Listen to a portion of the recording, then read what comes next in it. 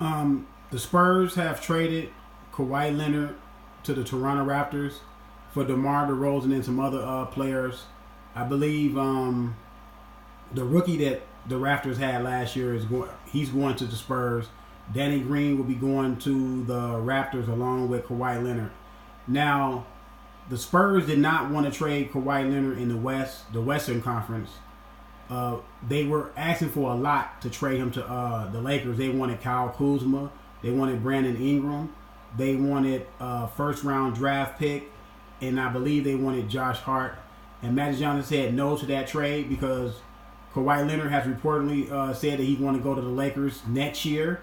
This is the same thing that the Lakers did with Paul George. Paul George made it be known that he wanted to go to the Lakers when free agency came up.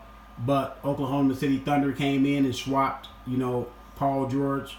And he ended up signing long-term with Oklahoma City Thunder. So I wonder if the Lakers are making the same mistake with Kawhi Leonard because Paul George reportedly said, or not reportedly said, he did say in the interview, he said he wanted to go to the Lakers, but the Lakers never came after him to trade for him.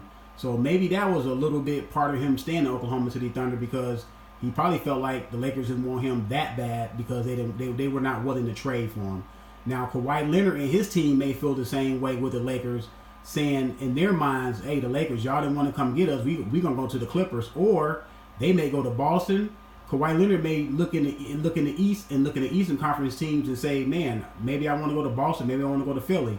So maybe, LA may be making another mistake by not trading for Kawhi Leonard. But anywho, DeMar DeRozan, he had a post saying there's no loyalty in sports. What these athletes have to understand, these teams and organizations are not your family.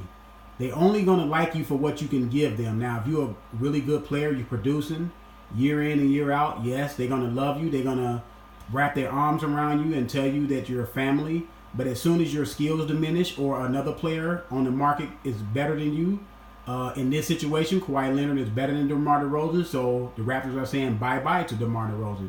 And then anyway, DeMar DeRozan and Kyle Lowry should not, either one of those guys should not be, blindsided by what's happening here because y'all did get swept by the Cleveland Cavaliers this past year.